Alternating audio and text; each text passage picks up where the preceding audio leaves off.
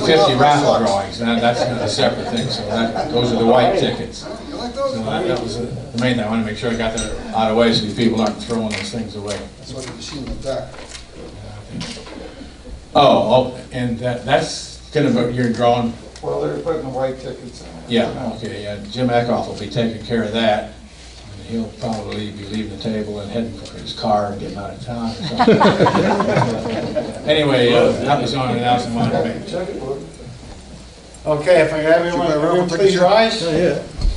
Go guard. What do you want? Shit. Easy, lad. Half step. So we don't step Forward, march.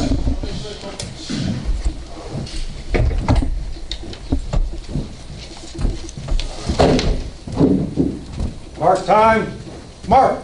Squad, halt. Left, face. Present colors. Everybody join me in the pledge. I pledge allegiance to the flag of the United States of America and to the republic for which it stands, one nation, under God, indivisible, with liberty and justice for all. 2. Reach up, cover, right face, half step, forward march.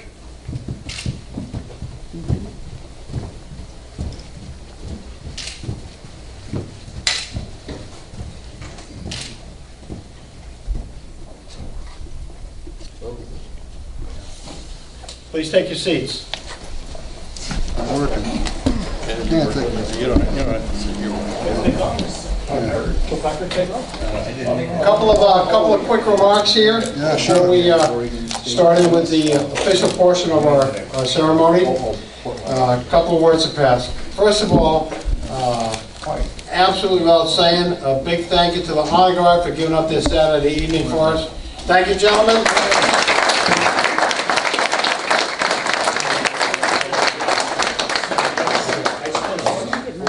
I wouldn't take him home. And I'll tell you a couple of news updates. I spoke with Don Rourke today.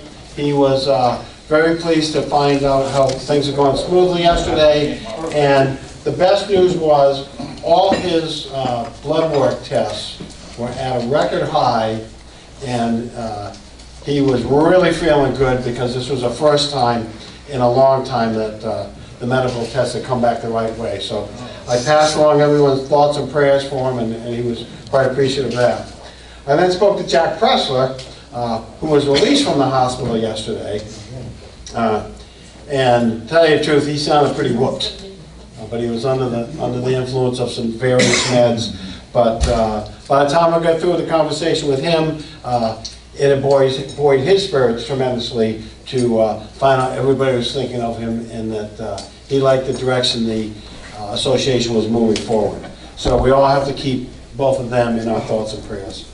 And then a couple of other thank yous to make to Jason, our videographer. Jason Little, he's got to be a good guy with a name like that. And he's putting a lot of hours this weekend to make this happen.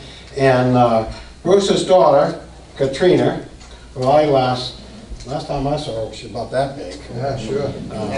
And we were both a lot younger. And her friend Denise, is it Mew? Pronounce it correctly. They're going to be photographing things for us tonight, so we appreciate your effort in doing this. And then last and certainly not least, I think that we all owe the spouses a big round of thanks. I know mine hung in with me for 41 years in the Coast Guard, another couple of civilians. And for those of us who work in the organization and have spent time in the Coast Guard, other law enforcement jobs, the spouses who have stayed behind really deserve a round of applause. So thank you all.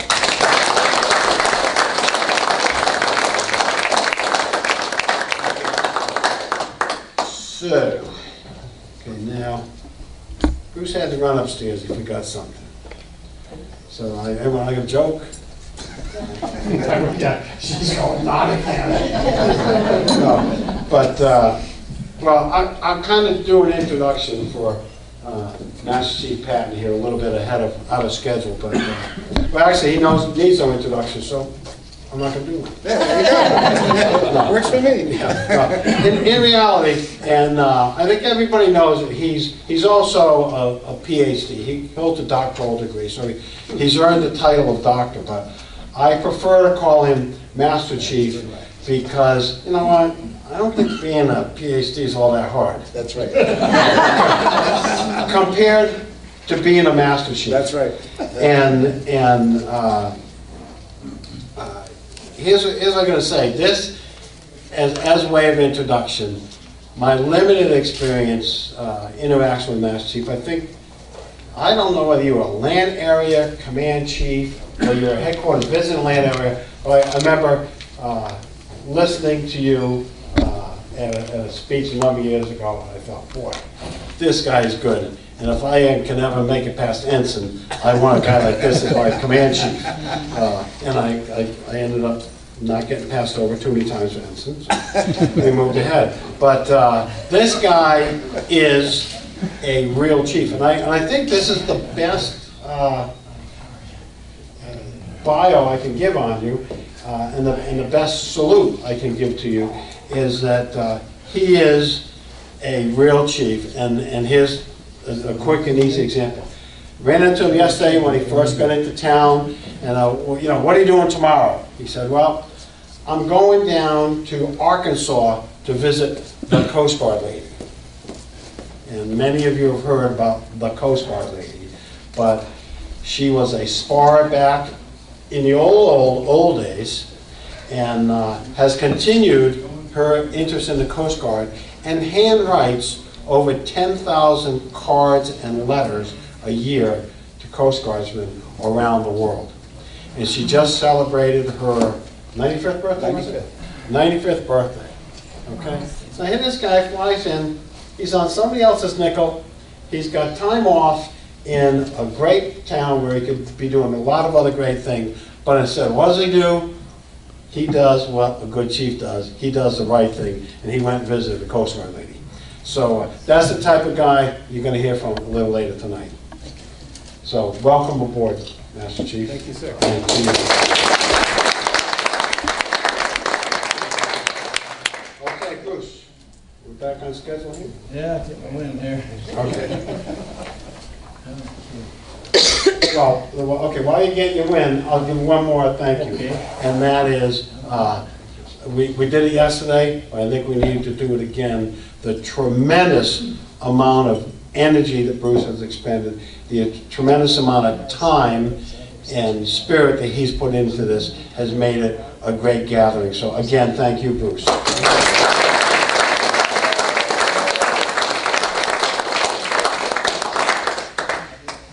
Okay.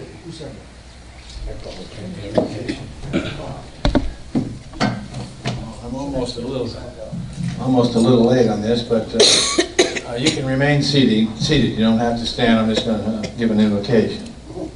So you just bow your hearts. Eternal Father and Lord of hosts, we humbly ask your blessing upon those of us assembled here this evening. We thank you for the sustenance of which we will be partaking, and ask that you would guide and direct our fellowship this evening to be one where each of us brings to the banquet table years of experience, observation, insight, and counsel as wisdom to share in such a way that we all leave the table with far more than we brought.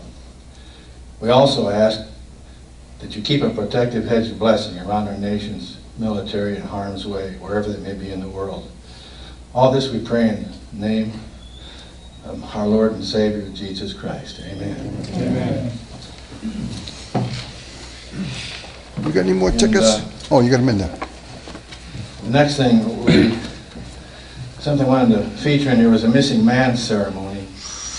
And I'll explain it. You'll see this table here. And like I say, as you enter the dining area, you may have noticed this table here at the front. And it's raised somewhat to call your attention to its purpose. And it's reserved to honor our missing comrades in arms. Normally they set the table for 6 with the other 5 services, but we have a limited situation that we have it set for 1. But Normally they would have 6 representing a missing person from each of the 5 services, the Army, Navy, Marine Corps, Air Force, and the Coast Guard, and civilians. This honor ceremony symbolizes that they are with us here in spirit. Now, some in this room were very young when they entered into combat. However, all Americans should never forget brave men and women who answered the nation's call and served the cause of freedom with honor. And I'd like to ask that you might stand for just a minute and remain standing for a moment of silent prayer.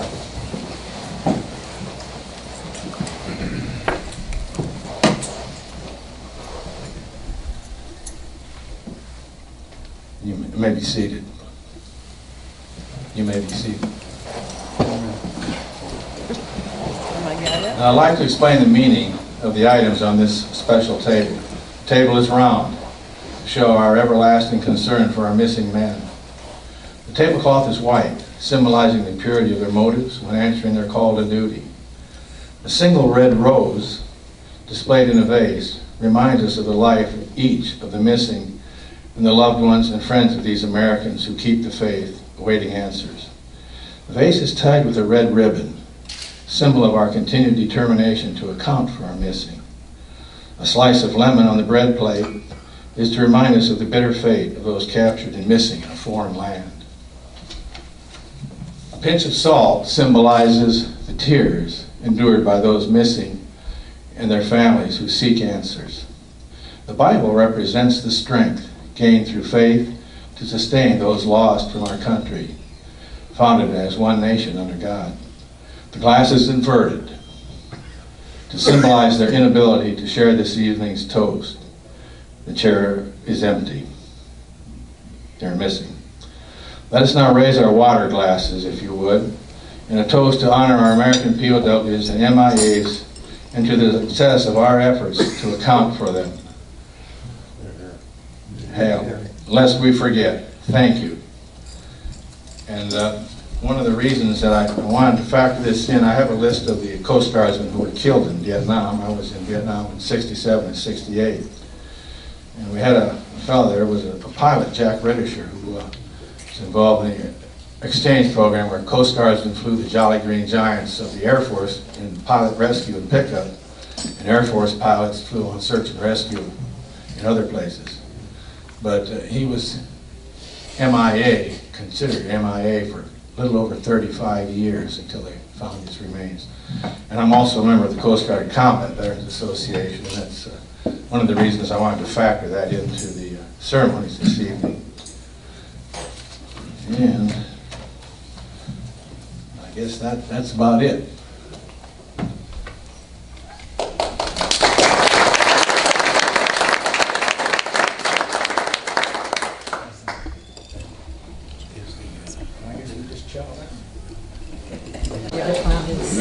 So when you go to a chow line, reach for your wallet in the back pocket and bring that $5 bill down to me.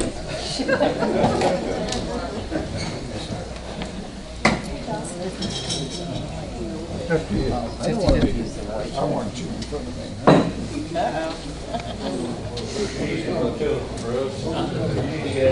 I will. I check the break here for a little bit. I want you to taste it before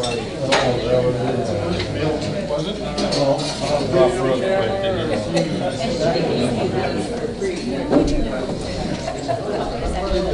Work with all these men.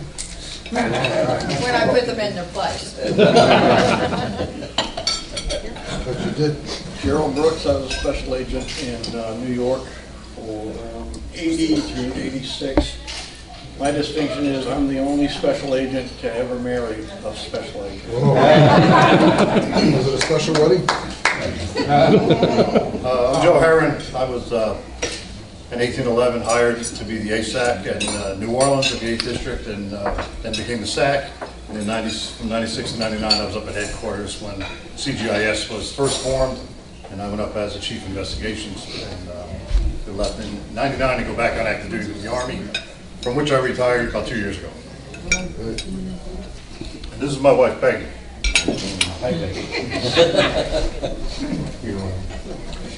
Dan Moser. I was started off as a security manager in New Orleans. and ended up getting promoted to lieutenant, went up as the assistant chief of security, and then went over to CGIS right before they stood up, and I was on the other side of Joe, and I was the chief of the administration department. Took over when Jack Tressler left and went over to the 9th. And this is, yeah, we all This is my wife, Pat, and she's been with me going on 35 years. Up till today. Up till today. I'm Walt Bodner. I was in the program formerly for only 3 years in the 8th District. Dan came to work with me, and I guess we taught each other a little bit while we were together. And I think that I've always been with the program. It's just one of those things. This is family. It's the best job I ever had. And remember, I was a pilot.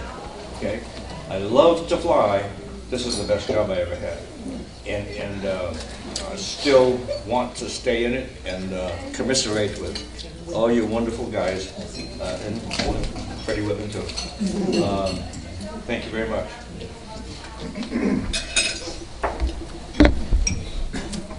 I'm Bill Whetstone. I went through Treasury Law Enforcement School, 1957. Oh man. Last century. Was sent to St. Louis, the old 2nd District. Was there until 1961 when they sent me to the 3rd District, New York City, and we were at the Customs House. That was back before Governor's Island was taken away from the Army and given to the Coast Guard. But, I spent a good time as an XI investigator.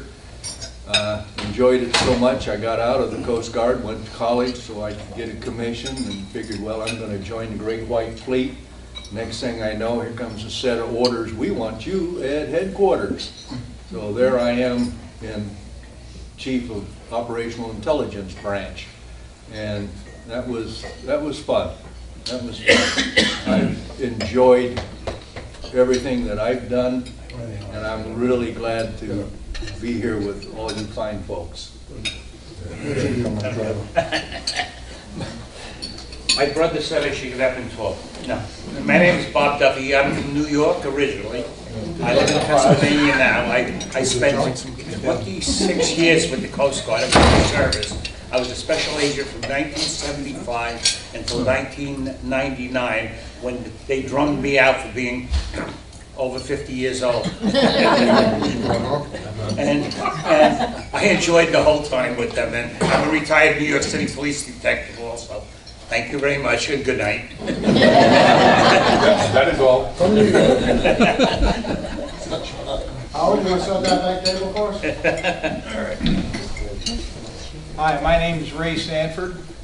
I started my career with Coast Guard Intelligence in 1st District, Boston, as a what was that? As a security manager. I went from there. I was reassigned to security manager 12th District, and I was the first one to get to do back-to-back tours. You know, I didn't allow that much. And then I went to work in a new office called Pac Area Intelligence, where I was a intelligence officer. And very interesting jobs. I liked them all, and enjoyed working with all the agents and people that I met. This is my wife, Maddie, and we've been married 13 years. Wow. 13 years. Thank you.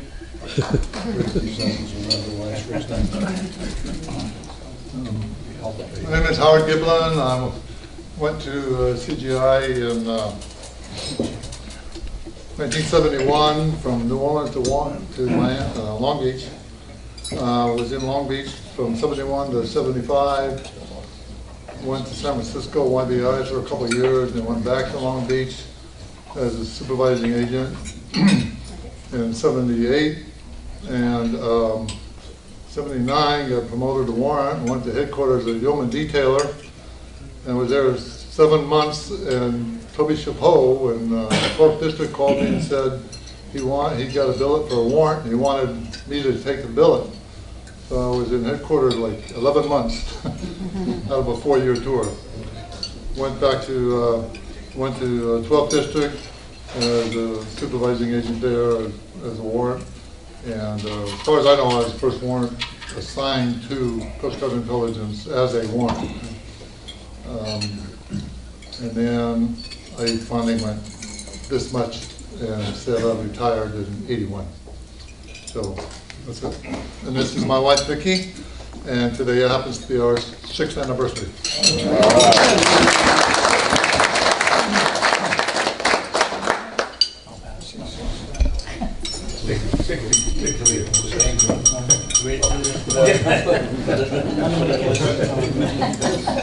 My name is Mike Egan. I came on with the Coast Guard in 1990 in 11th District, and I left there to become our first representative to FLETC. And then I left there for not greener pastures, but pastures as they were. So I'm glad to be here. And this is my wife, Dan.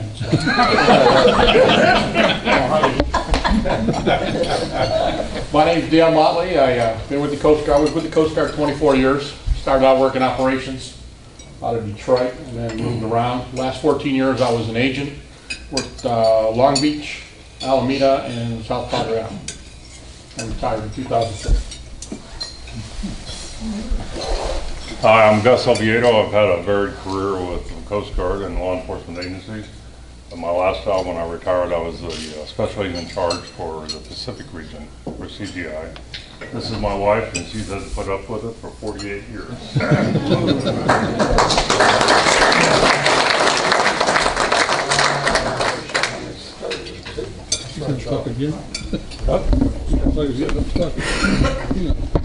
Hi, I'm Lonnie Johnson. Oh wait, no, I'm Jim Eckhoff.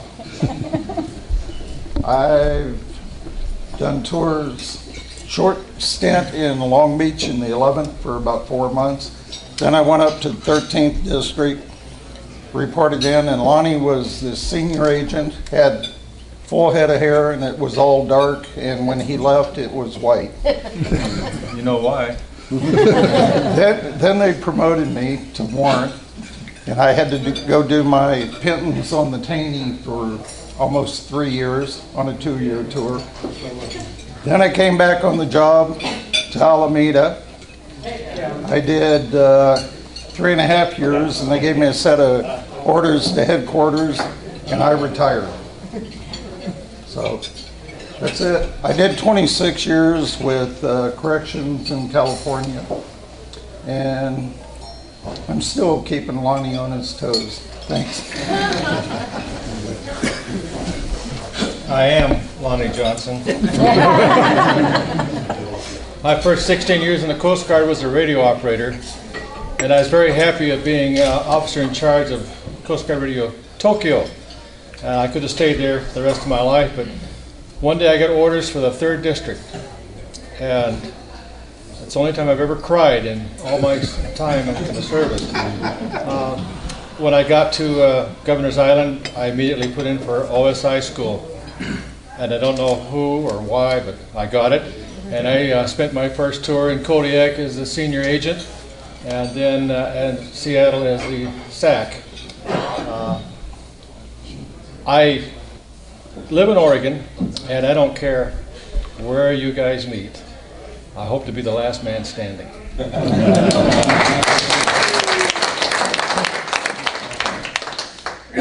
I'm Scott Nystrom, and I thought I was the only security manager here, but we got a couple others, which is good to hear. I guess out of Boston, retired out of Boston in 2007 after almost 30 years, and claim to fame is keeping the 1st District or the Northeast Region's CGIA facility operating.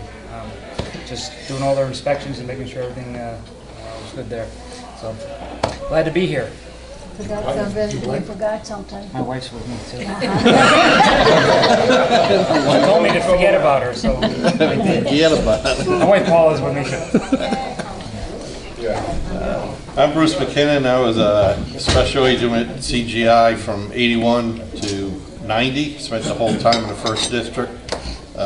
Did 3 years in Boston, then went down to be RA in Cape Cod from 84 to 91, and then I became a civilian supervisory special agent, and then we moved on to other things. It was a great time. I worked with Mike Farrick the whole time I was there, so we definitely had some interesting cases. Okay, I'm Marty Phillips. Yes, I was an agent back 74 to 77 at the Washington Field Office, and I think that's where I first met Bruce through there. You know, several of the others, but when they were getting about ready to rotate back into rating, I went and applied and ended up going through OCS. So I ended up spending 32 years in the Coast Guard. Didn't get an assignment back in intelligence after that, you know, but had that long. And I'm here with my wife, Joanne. We've been married only 43 years. Can't catch up with them.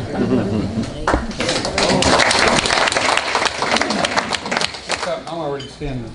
I'm Grant Spooner. I originally enlisted in 1961, and they stuck me in a buoy tender. And I figured that's really hard work, and it's dangerous, and it's dirty. Scraping out a couple buoy tubes really gets your attention. So I became a snipe, an engineman, went to engineman school. So then they put me on the Cherokee. So I spent 2 years on the Cherokee, on 3-hour standby. I finally got off her. They sent me to moorings in Curtis Bay. So I was on 40-footers, and they were always on call. So I've been on call the whole time, I think. I finally got out because I couldn't handle the Outer Bankers anymore. Everybody was named Mitchell or Scarborough or O'Neill or... So I went to college on a GI Bill, finally got a real job, went to work as an agent for the Internal Revenue Service, which made me real popular. And I was sitting in a class, and this guy in the reserves said, "You ought to get back in the Coast Guard." So he hounded me for about 3 weeks. He's sitting next to me. And I finally go, I studied this damn second-class radioman recruiter in Chicago. I got out as a second class, and I figured I went to college, I got 2 degrees, maybe it might be first class. Not only wouldn't let me take first class, it wouldn't even let me back in the same rate. So I came back in as a port security man. I did a lot of time going sideways. I think I had 5 or 6 rates. And somewhere along the line, I got a Cox and pin, and all that stuff. And one of the guys dragged me over and says, "You want a badge?" Okay. So I went to Cleveland and became a special agent. Lasted there about 3 years because I got stupid and applied for a commission. And they said, "Wait a minute, you can't be an officer. Give me the badge back." So I became an officer, and I lasted there about, I don't know, 4 or 5 years. And I got reducted out and came back in as enlisted. And what did I do then? I stayed in the reserve program and then miscellaneous stuff. Then 9/11 put me back on active duty, and that's where I wound up. I retired from active duty. When I turned 60, they threw me out. They gave me about 4 hours notice. I was gone. Fortunately, I wanted to stay, and they actually tried to get me to stay. I could have stayed to 62. But Cleveland said, "No, you got to pay them out of your operating funds if you're going to do that." I said, "No." So I'm out. Aren't you forgetting something? Oh, I forgot her too. Yeah. That's a table. This is my wife, Sue Ellen. We've been married 14? Almost 14 years, yes. 14 years.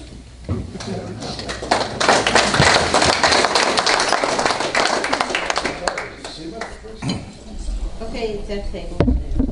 That table. That table. Over there. My name's Don Pace. I was recruited for CGI by Dick Denisio back in '73. And after OSI school, I spent just a few short weeks in the 3rd District and then went up to Boston with Rudolph Uttendorsky, if anybody remembers him, was the senior agent. And then Bruce relieved him. I was the first RA on Cape Cod, and I stayed there until '77 when I made warrant. I went back to general duty. They brought me back in '86 as senior agent in the 1st District, and that was at the time we absorbed the 3rd District. So that was rather interesting. I retired in '88, and I spent 24 years as a criminal investigator for the state of Colorado, and retired from there almost 3 years ago. And this is my wife Terry, and we'll be 50 years in January.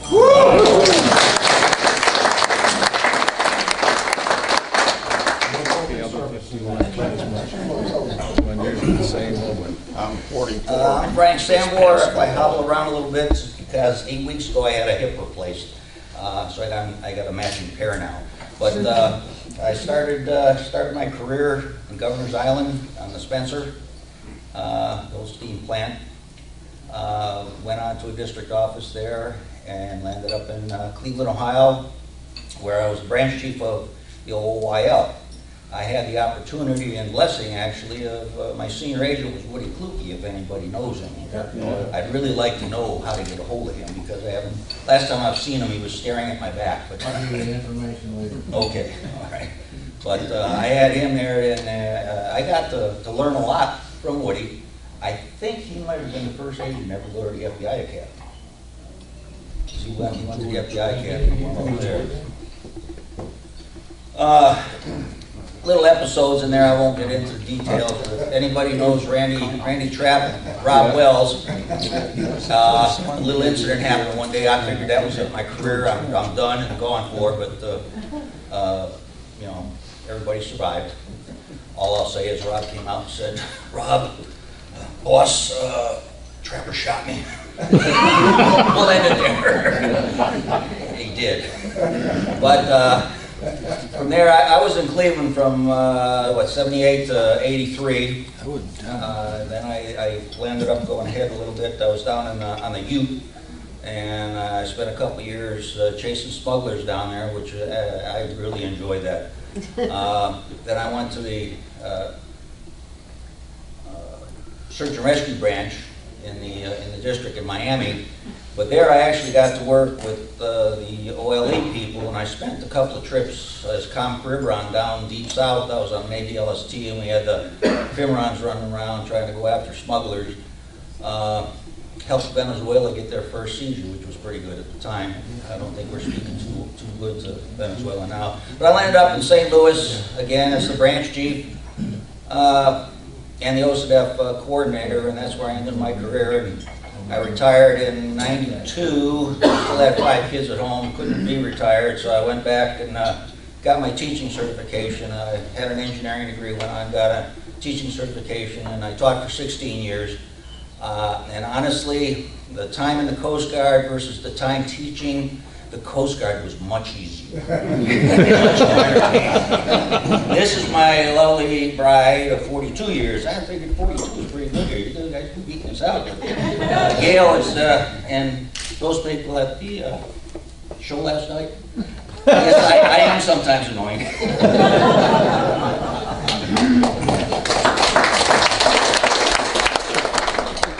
My name's Steve Little. I'm going to make sure I don't forget. This is my wife of 44 years and 22 days. And tomorrow's her birthday, and she's going to be old enough to drink. Leave it at that. I came on the job in '73, thanks to the good graces of Dick Denisio, had the faith in me to bring me on the job. Went up to Boston. I do have to, confess to my sins and take responsibility for my actions. I take some responsibility for bringing Mike Ferrick into the program. So, love me or hate me, I don't know, but I can understand if you do either. He's a terrific guy. And I had after I worked for Uttendorfsky, though we did have another name for him, something Damsky or something, whatever. But I had the great honor of working for and learning from Bruce. I continue to do that. And so I did a couple of years in Boston, then went down to Connecticut to be the RA down there. there was no sense in me going back to being a gunner's mate. We didn't have any muzzle loaders left anymore. And, so I thought, I think I use these fancy things with triggers. I'm not more of that. So, but thanks to mostly thanks to this guy. He gave me the experience and the trust and the faith to go ahead. So I had a great job with Defense Criminal Investigative Service for 20 years, plank owner. Stayed in the reserve all that for the next 31 years after that. And finally, they threw me out too when I hit 60. But it's the best thing that ever happened to me. Absolutely the best thing that ever happened to me. You're up, boss. My name is Bruce Shields. I guess most of you know that. I started my career in the Coast Guard in 1956. I dropped out of college, came in Coast Guard, spent 4 years in, was probably the only non-rated enlisted man as a seaman that replaced the chief hospital corpsman at Angar Island in Palau. And the same drill happened a little while later at Fallalop Island in Lithia Atoll. At any rate, I got out of the Coast Guard in 1960. Was out for about a year, then joined the Air Force. I didn't go to boot camp. They sent my records there, but they sent me directly to Strategic Air Command Intelligence. That's the time you get arrested for murder? Yeah. We won't get into that story. Only for a short time. But I was attached to the intelligence directorate. I was actually assigned to the 544th Reconnaissance Intelligence Group. And after I finished my tour there, because of the Class Q clearance from the Atomic Energy Commission, I was transferred to the National Security Agency headquarters at Fort Meade. And I got kind of disgusted with what I was seeing there compared to what I'd seen at SAC. And I got out, and then was out for about a year, ran across an old drinking buddy. And it was a recruiter in Omaha, Nebraska, and one thing led to another, and I raised my hand, shipped over. Came back from the Coast Guard, went to Governor's Island, and they were taken over from the Army there at Fort J. And talked to Dick Denisio about coming on intelligence with the Coast Guard. Got some experience with it in the Air Force. And then I had a chance to go to Vietnam with about a 10-minute notice, and I took it. And I came back, I was there in 1967, 68, came back, and then I went on duty with the Coast Guard Intelligence, took me on uniform for 10 years. And I was an investigator XI at Portsmouth, Virginia, and then they made us special agents, and I was resident agent at Baltimore for 4 years, and senior special agent at Boston for the last 4 years. That was my twilight career, and I pulled the plug and got out. And a lot of them says, what are you going to do? Go work for another agency? I says, no, I'm going to go to school in GI Bill. I've always wanted to get a college education. So what are you going to major in? I says, philosophy and history. And they says, you're stupid. How you can't make a living on philosophy and history. I said, no, but I'll learn how to enjoy my poverty. Grow a little ginseng, sell a little timber, and royalties on the gas wells. And while I was working to set this up, my teenage bride of 53 years passed away in December. But I have real Social Security. My daughter is here, Katrina. And my other daughter will be retired from the Navy in about another 2 months. And so I've had a very, very fortunate and blessed life. And I thank all you guys. I've met some wonderful people that I didn't know before. Just getting affiliated with this group as it's growing and coming along. It's been a real joy. Thank you.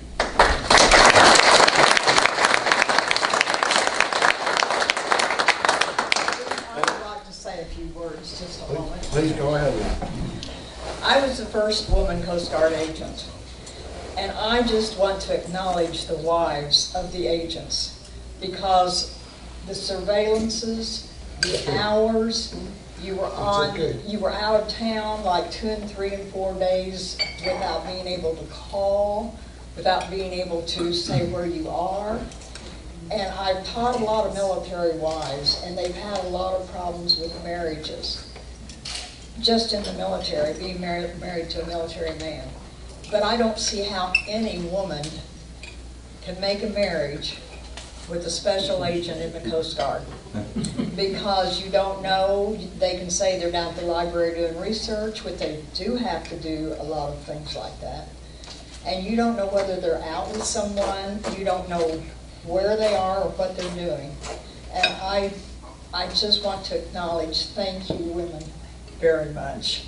I did get a phone call the first time I went into the office from a wife and she said, "You know, we really don't appreciate you being out on the road with our husbands." And I could understand that, because that was several years ago. I tried to show them they did not have to worry. It was like just being with my brothers, but they didn't go for that. But thank you. Thank you very much for being such good wives to these ladies.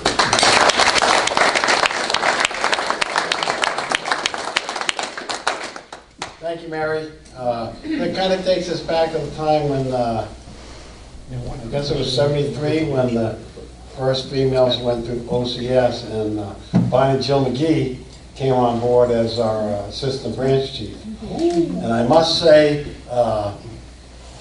there are some things that may have happened then that would probably get us court-martialed today. But we all grew up, and in fact, she wanted to be here, but she had already booked a cruise with her husband John. Anyway, thank you, Mary. Appreciate that, and thanks for reminding me to get everybody up to introduce. You can see we've got a pretty motley crew here. And if you want to leave now, that's okay. We would understand. But if you want to stick around, without any further ado, I present to you Master Chief Vince Patton.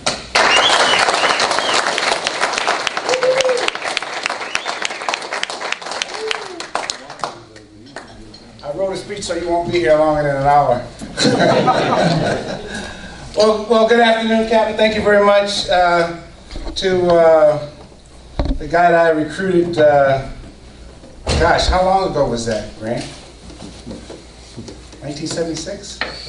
77, I think. Grant talked about all of these things he had to go through when he was coming in the Coast Guard. He complained about, you got to come back in second class.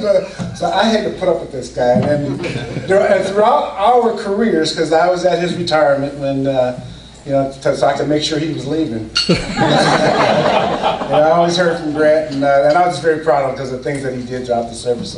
So it really is a great honor to get to see you all and chat with you. And I'm going to talk about something probably a little different. First and foremost, before I get into what I'm going to talk about, is about your profession as a whole. And Frank Tabor and I, we've worked together in Cleveland, and I was his mole, so to speak. Had to work with the agents when we were dumbing up records, and Frank would come and say, we got to do a record now. So he come back to me after I did it up, and he says, "This doesn't look right." I said, "You never do a record to look perfect, because out in the real Coast Guard, nobody has a perfect record." And Frank just said, "It makes sense, doesn't it?" I said, "Yeah, there you go." But your profession as a whole is something that's very unique, and something I have always honored by virtue of the fact of knowing a little bit more about what you do, and then seeing the evolution of how the Coast Guard Investigative Service Program has changed, even before my eyes. I'll never forget the time when I was, during my time as Master Chief of the Coast Guard, when Jack Cornett and Marty Martinez came into my office.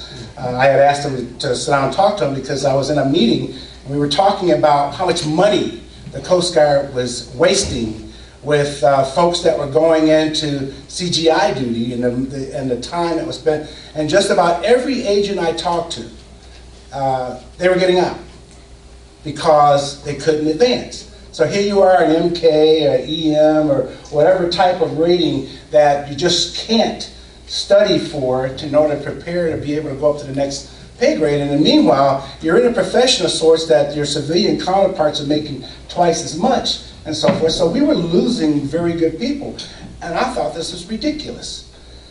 So I asked Marty and Jack, I said, "Have you guys ever thought about coming up with a career track program for agents?" And he said, "Well, we talked about it all the time, and it's all on deaf ears." I said, "Well, did you ever have any advocates?" And they said, "No, not really." I said, "Well, what if I can get the Master Chief of the Coast Guard to get involved in this?" He says, "Well, would you really?" I said, "Sure." Because where it was hitting home the most is that the Commandant, Admiral Lloyd, at the time, his own agent was getting out. Great guy. And he told us numerous times he didn't want to get out. He was getting out because he couldn't make chief. And so the next option for him was getting out of the Coast Guard. So I went over to see Admiral Loy and I says, boss, I got a plan. The plan is that let's look at creating a program within the CGI force to where they can make warrant and they can stay in, and then we got a happy crowd, because the money we're spending for people getting out of the Coast Guard and the experience that we were losing was ridiculous. And he says, that makes sense. So the program as it is today, I'm not saying I'm going to take credit for it, other than the fact that I paid attention. I paid attention to listening what many of you, particularly many of you, who during your time and during my time of seeing what kinds of things that you have done and what you do. I mean, truth be as it may, that TV show NCIS. I mean, you guys were NCIS Coast Guard wise when it wasn't cool, and you really did the right kinds of things, and I really applaud each and every one of you. And Mary, it's an honor to see you. Never met you before, but I knew of your name and the honor of the fact that serving as the first woman in that particular profession, and several have gone on since you, and I've talked to one of my dear friends, Peggy Recruito, who I had served with when she was a young woman before she went as an agent, and she also talked about some of the challenges that she faced, but it was great to be in that role to finally see the groundbreaking. So it's really an honor to see you there. Well, tonight I want to talk about something different. It's something that's near and dear to me, and it's about history. And I think reunions are about history. I mean, when I was asked by Jack Pressler if I could come and speak here, he kind of asked with the sense of feeling that he didn't think that I would do this. And the answer is I would do this, because reunions are very important, because it really is about preserving our legacy. And particularly these types of professions that you had. I really don't think you have any real idea in terms of the groundbreaking that you've done and the time that you've been in to bring the program to where it is today. It's very critical. And it's also just as critical that you get together and continue to get together to whoever is the last man standing to ensure that we preserve this legacy. But I'm going to talk about something that when we talk about legacy, it's about our service song, Semper Paratus. Now, forgive me for not singing this with pride, but this is one of those songs that everybody's got to sing together, but I want to read it because I want you to hear it. From Aztec shores to Arctic zone, to Europe and Far East, our flag is carried by our ships in time of war and peace. And never have we struck it yet, in spite of foeman's might, who cheered the crews and cheered again for showing how to fight. We're always ready for the call. We place our trust in thee. Through surf and storm and howling gale, high shall our purpose be. Semper Paratus is our guide, our fame, our glory too. To fight to save, or fight and die, I, Coast Guard, we are for you. Now, I felt by reading these words is an affirmation of understanding the most important part of our history, heritage, and traditions by using this song to highlight our purpose here tonight. In the over 224 years of the existence of our service, men and women of our Coast Guard have consistently done the impossible, where we have always answered the call at any time, anywhere. When Captain Francis Saltus von Boskert wrote this song over 90 years ago, it was his desire to create something that sounded like a history book. He carefully wanted to ensure that our legacy as a humanitarian, naval, and military service would always be thought of whenever we would proudly sing this song. What I think Captain Van Boskirk didn't realize as he penned the words Semper Paratus was the beginning of establishing a record of our service's accomplishments and create a preamble that defined the very core values that we live by today: honor, respect, and devotion to duty. Listen carefully the next time you hear Semper Paratus. In the words of our Coast Guard's core value of honor, respect, and devotion to duty are inherently placed throughout the song. That's one of the reasons why I made it my personal commitment during my tenure as Master Chief Petty Officer of the Coast Guard to embrace our history, heritage, and traditions. I believe having every recruit that left the front gate of 1 Monroe Avenue, Cape May, New Jersey, to be required to learn and understand every word to Semper Paratus. The song itself is all about knowing what our standards are for this organization and being able to follow them. Just like the Marine Corps uses the words of their service song in the Marine Corps hymn. Over a dozen or so years ago, when I was on active duty in my position as Master Chief Petty Officer of the Coast Guard, I was speaking at one of our annual Chief Petty Officer Association conventions. I had the importance of this song explained as it vividly described our service's legacy. It was somewhat surprising, at least to me, that during at that time, a large number of our enlisted workforce did not know the words to the song Semper Paratus. They could carry the tune but stumbled on the words, which bothered me quite a bit. Mostly because it was mandatory for officers going through the Coast Guard Academy, or OCS, to learn the song and actually sing it on demand correctly without hesitation. I had attended a change of command retirement ceremony for a captain that I had the pleasure of serving with over the course of my career. At the end of the ceremony, he asked everyone to join in to sing with him our Coast Guard song, Semper Paratus. As I looked around the audience, I could tell that many of the enlisted members stumbled on the words or said nothing. That bothered me. And sometime later, when I got back to my office at CGHQ, I sent out an email to all the command master chiefs telling them about this observation that I had experienced at the change of command retirement ceremony. And it may have come as a surprise to some of you that I received a few replies back from the master chiefs admitting that they too didn't know the words to Semper Paratus. I felt at the time, and as I do now, how important it is to ensure that everyone, regardless of your rank or even your status, be you active duty, retired, reserve, auxiliarist, or civilian, to not only learn the words verbatim of our service song, but to also understand what every word and verse means, and then translate it on to subordinates, junior officers, or anyone that doesn't know the Coast Guard story. And to expand a little bit on this topic, there's another story here that I experienced that I'd like to point out. And it bears a little bit to understanding the merit of my case. During my tour as the Atlantic Area Command Master Chief in the mid-1990s, I attended a formal dinner event in New York City during their Fleet Week celebration. At this event, I happened to sit next to a young Marine Corps Lance Corporal, pay grade E3. Because I was in my traditional dinner dress attire, which to some doesn't give much distinction of whether you're in the Navy or the Coast Guard, it was difficult for the young Marine to notice my branch of service. So he readily assumed me to be Navy and asked a question about if I had ever served on an aircraft carrier. When I responded I was Coast Guard, his eyes lit up with gleam and began telling me the heroic story of Douglas Monroe, as if I had never heard it before.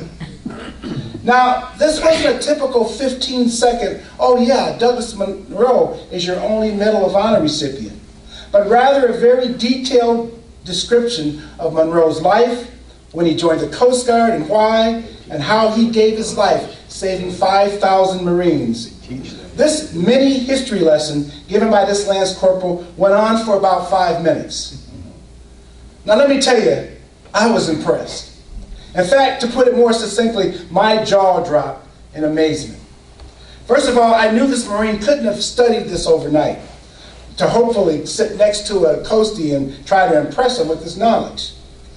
This young Marine talked about Douglas Monroe as if he were his father or some close relative.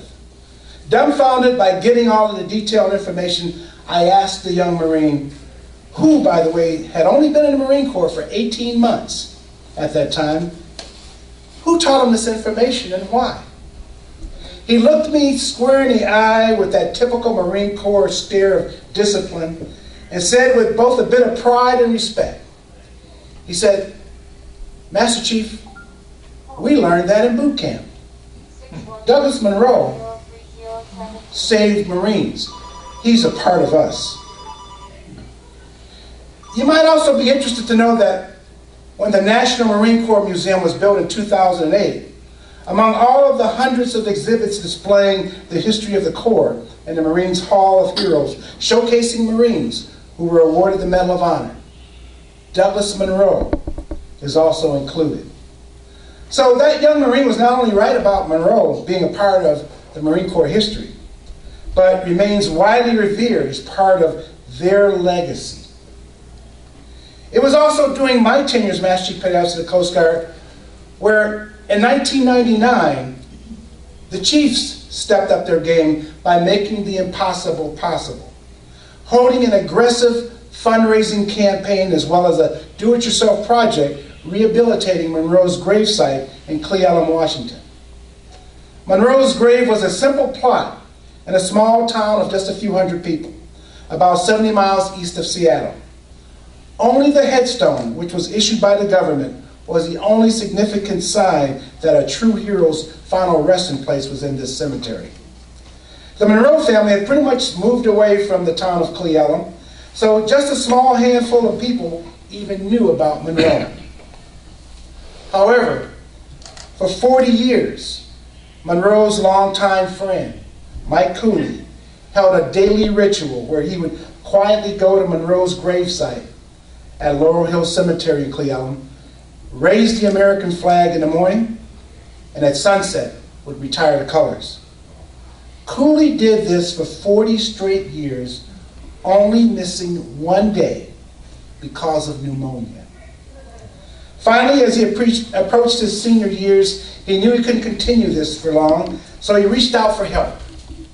Cooley made a blind phone call to the Coast Guard base in Seattle, simply asking if the Coast Guard could install lights at the base of the flagpole so the flag did not have to be raised or lowered every day. The senior chief on the other end of the phone soon rallied the chief's mess. And by carload after carload, they trekked 75 miles one way east on I-90 over several days, taking on the task to not only install the floodlights, but they moved the flagpole closer to Monroe's grave, cleaned out and painted an old World War II gun mounts that were salvaged from a Navy destroyer, acquisitioned anchor chains to establish honor. You know, telling this to ages, you know what I mean by that. Acquisition. Well, they went to the Navy. Acquisition anchor chains to establish an honor boundary around Monroe's gravesite, and a host of other improvements. And after more than 55 years since Monroe's remains were transported from Guadalcanal to his hometown of Cle Elum, an honored shrine was finally created, giving the well-earned, well-deserved resting place for a hero. Interestingly, today, September 27th, marks the 72nd anniversary of Douglas Monroe's heroic action on Guadalcanal, as well as his death. I believe it is only fitting that I openly read a citation that accompanied the award of the Congressional Medal of Honor. And I ask for those of you who are willing and able to stand, to please stand while I read.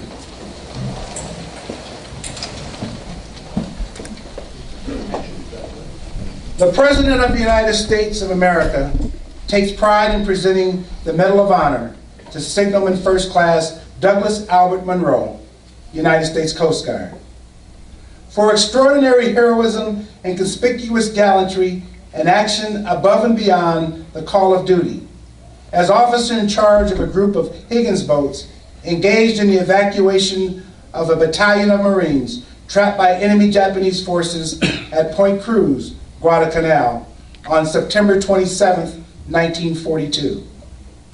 After making preliminary plans for the evacuation of nearly 500 beleaguered Marines, Monroe, under constant risk of his life, daringly led 5 of his small craft toward the shore. As he closed the beach, he signaled the others to land, and then, in order to draw the enemy's fire and protect the heavily loaded boats, he valiantly placed his craft with his 2 small guns as a shield between the beachhead and the Japanese. When the perilous task of evacuation was nearly completed, Monroe was killed by enemy fire, but his crew, 2 of whom were wounded, carried on until the last boat had loaded and cleared the beach. By his outstanding leadership, expert planning, and dauntless devotion to duty, he and his courageous comrades undoubtedly saved the lives of many who otherwise would have perished. He gallantly gave up his life in the defense of his country. Signed, Franklin D. Roosevelt, President. Please be seated. A footnote here, among the Marines who took part in this operation was the notable famous Marine, Lewis Chesty Puller, who was a lieutenant colonel at the time. It was Puller who submitted the recommendation for Monroe to posthumously be awarded the Medal of Honor. And also, as a testament of Monroe's selfless act of courage, his last words as he whispered to his fellow shipmate and childhood friend, Seaman First Class Ray Evans, he said, "Did they get off?" I have often used the phrase, be the example, set the pace, and follow the standards of conduct whenever I describe what I think is an understanding of what true performance is. In order to live up to those words, you have to know what our past is all about, what it has taught us, and what today and our future will bring to carry on. As we look back at our organization's past accomplishments, we learn with envy and sometimes with curiosity just how it is a cluster of people from all walks of life get together for the common good. With limited resources, our service always had, and we sometimes tend to make it happen without a trace of showing any difficulty. The Coast Guard has always been an organization made up of ordinary people doing extraordinary things. The first chorus stanza of our service song says it all. We're always ready for the call.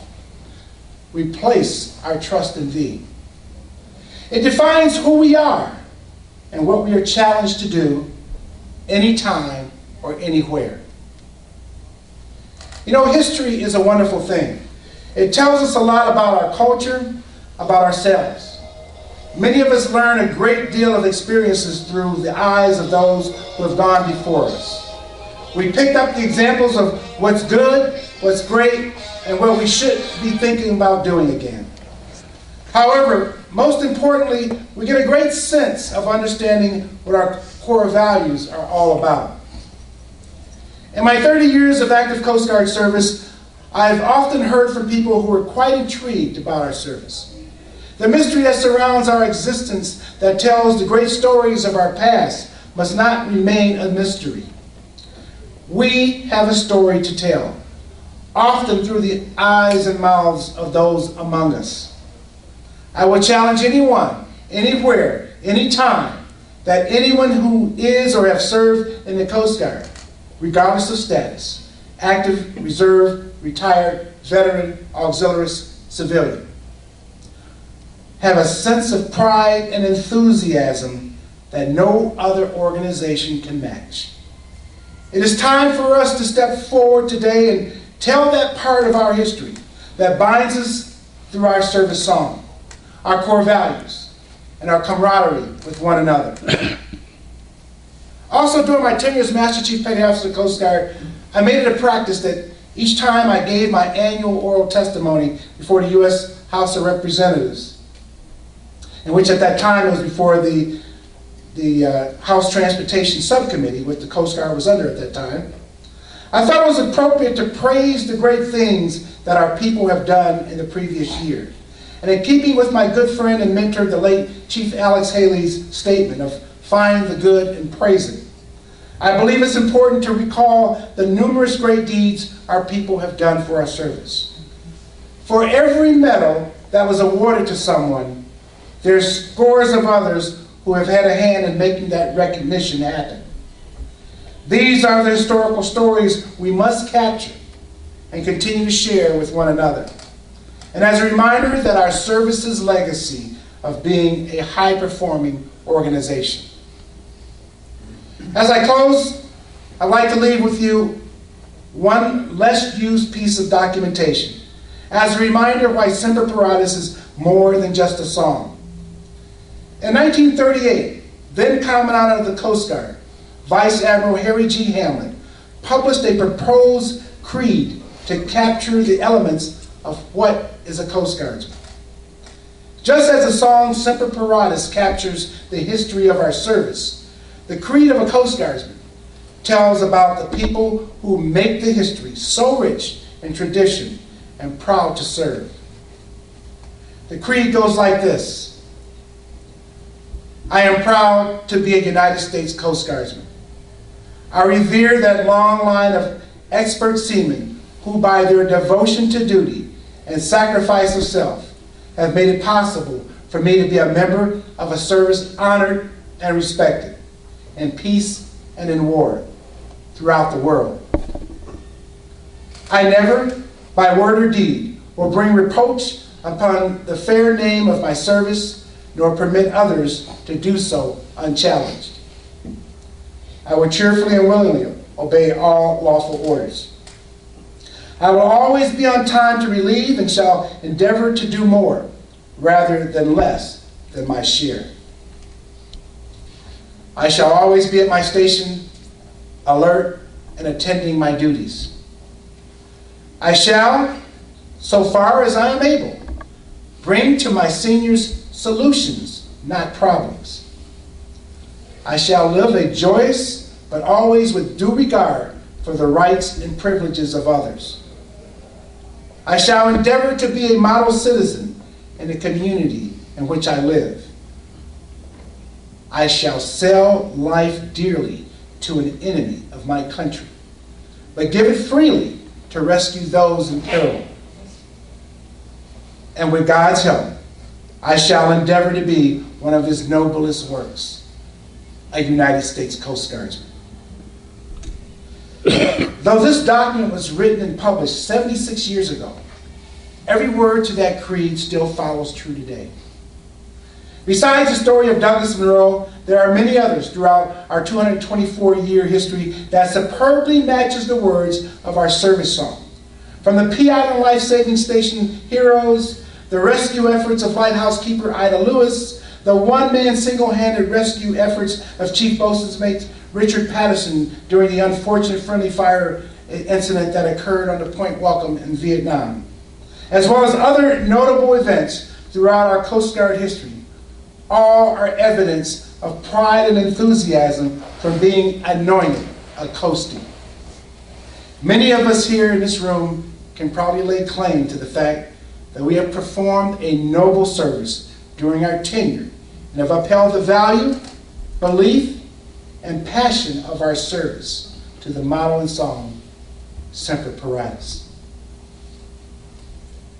Fellow Coast Guardsmen, ladies and gentlemen, it's been an honor to speak with you today, and with the distinct pleasure of recognizing who you are and what you do, and applaud your efforts and your continued role of preserving our legacy. God bless you all. Semper Paratus.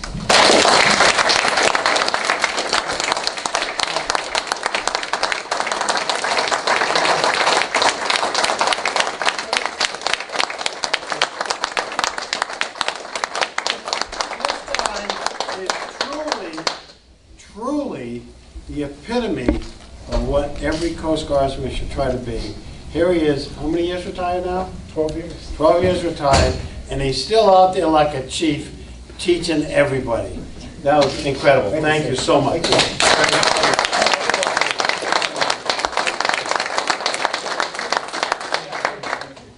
I don't know how we're going to top that. I don't know how we're going to top that for years to come. I know. Grant Liberty. That's bringing it down. And, actually, you got the duty tonight. You know what? Your duty comes with When my phone rings, it's the Coast Guard. Thank you again, Master. That was that were stirring and a whole bunch of other activities like You guys carry guns, I had to good. And you know every word, right there? Almost. Okay, well now, on a kind of serious note, Bruce has got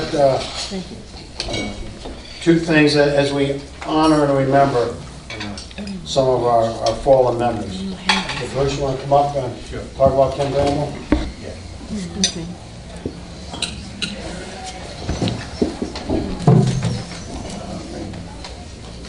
Bill?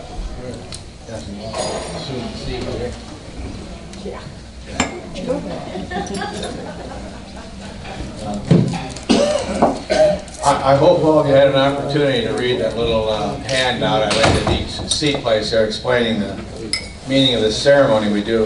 We didn't do this for several years, but then someone said we have visitors and guests that come to these functions that have no idea what in the world I'm doing up here with this remembrance for our fallen and deceased agents.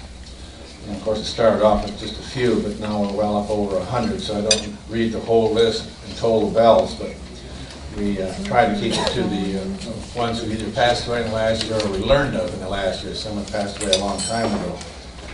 And we recognize them with the tolling the bell ceremony. And actually, before I start that, I was in the hospital there this spring getting open heart surgery.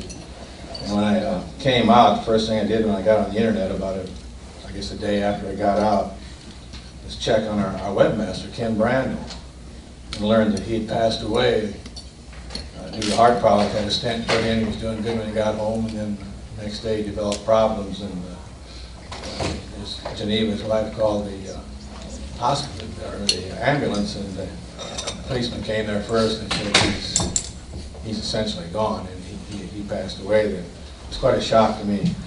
And and rather than refund any money, she sent for this entertainment package that we had in the last couple of days. She said, just keep the money, Bruce, and if you could put together some kind of a little memorial ceremony or something to acknowledge Ken, which I've done.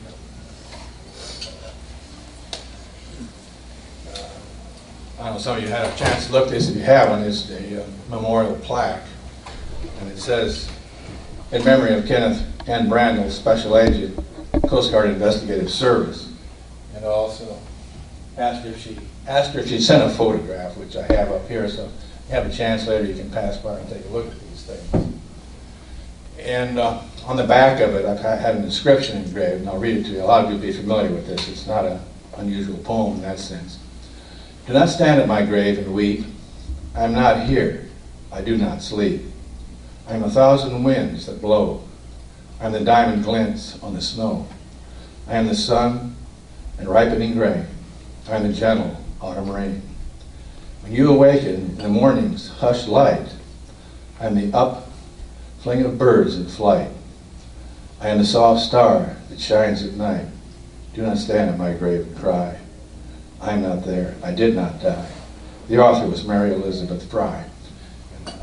I'll be saying that to her after our reunion.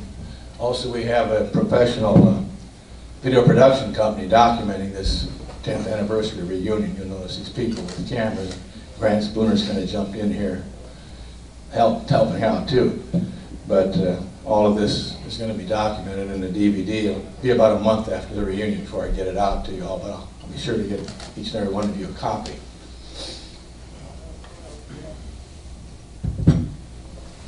And with that, we'll move to the tolling of the bell. And before we start the tolling of the bell, I want to read the crossing of the bar. And the print's awful small. I forgot my regular copy, and Lonnie came to my rescue. At least got the print of it. So I'll read that first. Sunset and evening star, and one clear call for me. May there be no moaning of the bar when I put out to sea, but such a tide as moving seems asleep, too full for sound and foam, when that which drew from out the boundless sleep turns again home. twilight and evening bell, and after that the dark. And may there be no sadness of farewell when I embark. For though from out our bourne of time and place, the flood may bear me far, I hope to see my pilot face to face when I have crossed the bar. And with that, we'll move to the tolling the bells.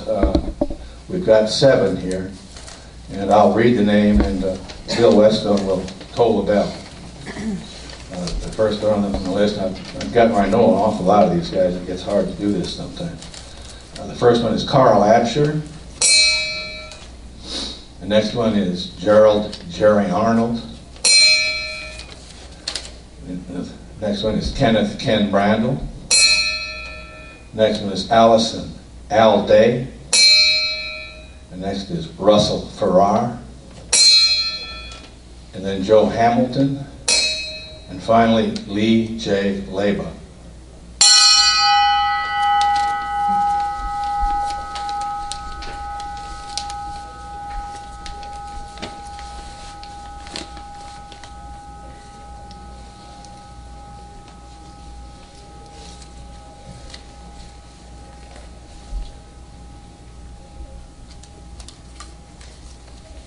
Okay, and that kind of ends the serious aspect. Now we'll move on to some things a little lighter. A lot of you, I hope, got some of those white tickets that Colonel Farrick over here was hawking. I won't tell you the story about Colonel. He may elaborate on it if he chooses, but I won't do that. We'll just have to raffle off the 50-50 drawing first, and then we'll have a drawing for the CGIS badge plaque, and after that I've got a box of door prizes here, and that's what your blue tickets are for. I'll be calling off numbers from a box for some things might be valuable and some might not. They're all meant in good. Cover in there, is it? Yeah, but there's been a little levity to it. So without that, I'll turn this over to Mike Farrick, who has the tickets for his thing, and I don't know who wants to draw. Mike, you can draw. You got them all mixed up. Get your daughter to draw it. How about Mary? Okay, let's do that. Mary, you draw for it. Come on, Mary. You gonna draw it? I'm going to shake them up. I don't trust you. Well, I don't mind doing it because I never win Okay. anything, so I'm sure I won't be drawing my own. Left-hand side. Did I shake it? Just don't stir it. Anyone else, everybody go with this? On the left-hand side.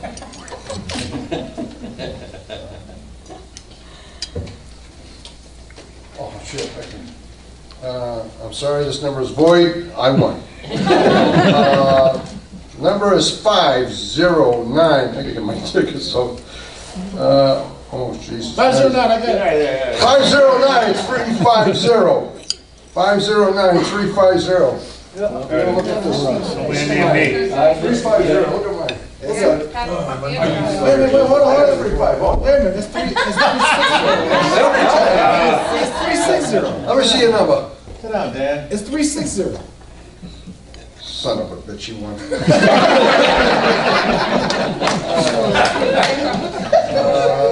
What are you reaching for? You only get half that money now. Yeah, you can have it. You're going to hold me up and give me the money. Here's your half and the rest of the dollar. We collected $123, right, Mary? $123. That'll be, we'll give you $62. How's that? We'll give you the extra buck. Wouldn't you rather bring that over here to give it in? He's living on the motorcycle. 40, bastard. 50. 62. Content. Question. You get out of here. Well, I can still get out of here. He really put his treasure Jim. What's Treasurer Jim? Yes, Checks in the mail. Put that in the bank, will you? Yeah, my bank. My bank. My bank. It's in the bank. Thank you. Let's go stand up at the bar. Thank you. Want to do it again? Yeah. Yeah, sure. You ripped the tickets up. I don't want to do it. No. I want to know what the flask is for. Is it Irish whiskey, Jameson's? I'm going to talk about that later.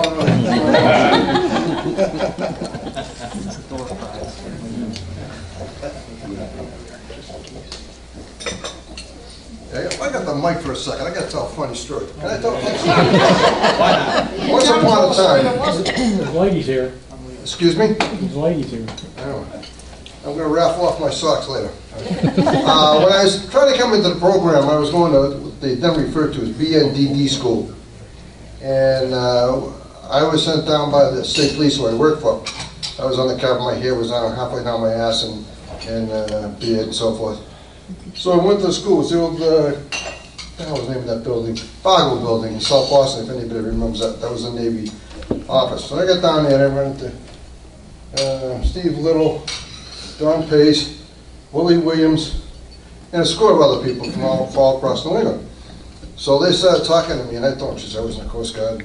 Now I'm in the reserves, and I got some Lieutenant JG, and Lieutenant has no idea what to do with me with long hair. And he kept on making me wash windows every time I went in for my drills. And I said, I'm a second-class petty officer. I'll be in charge of somebody. I was full of shit, too. But I said, I'll be in charge of somebody washing windows, but I'm not going to wash the windows again. I think I washed the same windows about 3 times throughout the district office. So talking to these guys, they said, boy, we could really use somebody like you. I was working drugs for the state police. And would you ever consider coming into Coast Guard Intelligence? I didn't know what Coast Guard Intelligence was from the Red Sox. So I said, yeah. So we talked for a while, and I said, who do I got to go see? And they said, go down to 150 Causeway Street and see Tom, Phil, and Jerry.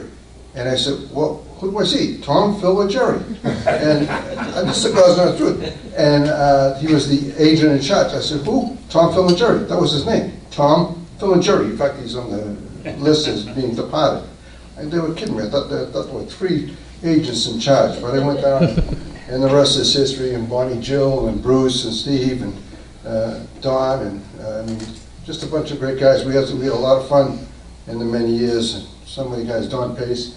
We had several state police officers from Maine, from Vermont, from New Hampshire, from Mass, from Connecticut. We had some great guys, but most of it was because of Bruce. I'm blowing smoke in Bruce's direction, but I should. I think a lot of it should blow smoke in Bruce's direction. Quite a guy. And the Master Chief Petty Officer of the Coast Guard, excuse me.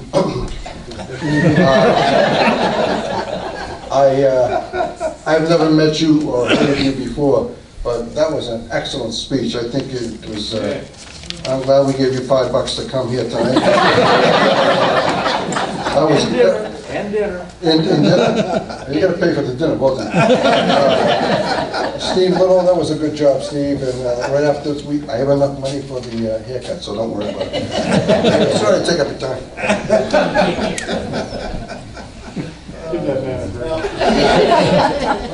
Chief, I told you, I said something to tell that to follow. It wasn't as good. He's moving up the line. Anyway, I think we're now ready for Jim Eckhoff to raffle off the badge up there. Is that correct? And I want to thank Jim because, as I understand it, he's the moving force behind procuring this, putting out the outlay and making this happen as a fundraiser for us. So, first off, Jim, thanks for your efforts to do this. He's been telling us he carved it. He still did it. Hey, I want somebody to say, hey, make this happen. You went to China first, though. Yeah, I went to China and then to the Philippines. I need to borrow my joke. You joking? These tickets done with? I said you can take a shirt. We done with these? Yeah. I'm here.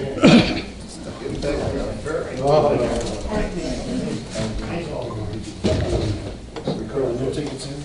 Yeah. There's less of these.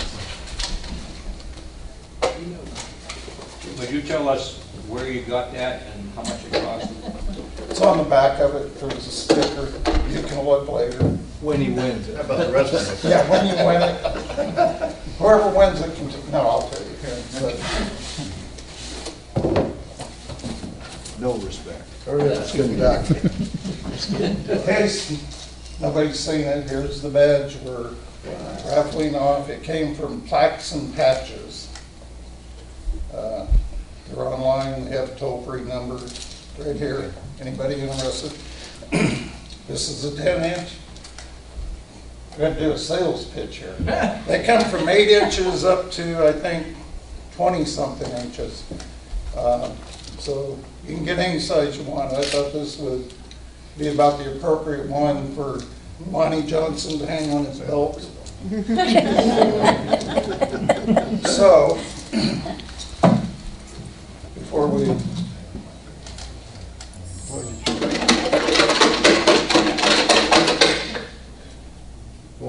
Looking around, I'm trying to find somebody honest. This lovely man, our lovely assistant. Yeah.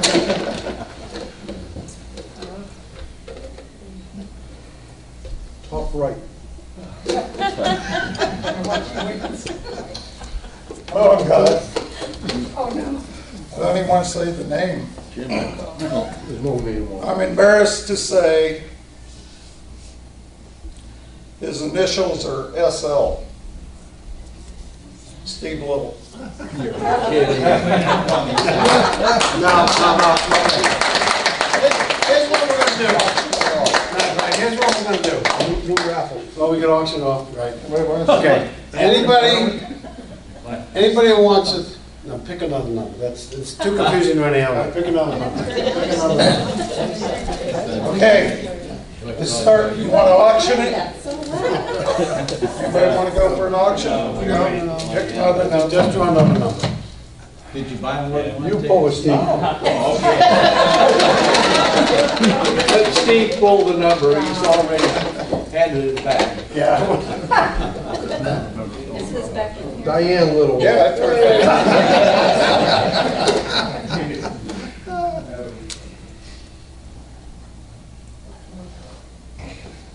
Is the name that long? Man, no, I wrote, It's his name. I wrote that.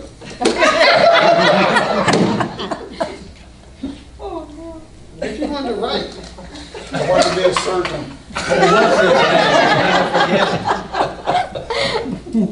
Maybe what your boss said about your penmanship?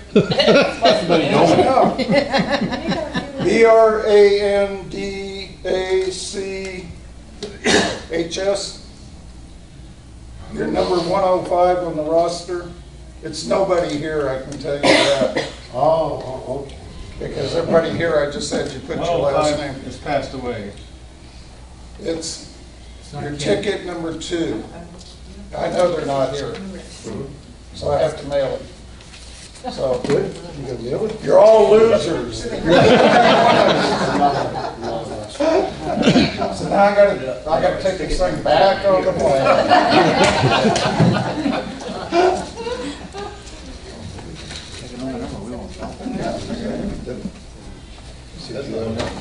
Okay, well, again, thank you for your efforts and that. What do you think we made for the treasurer? No, I think they have a list of all the addresses. This right here costs, as you see it, $90. And we made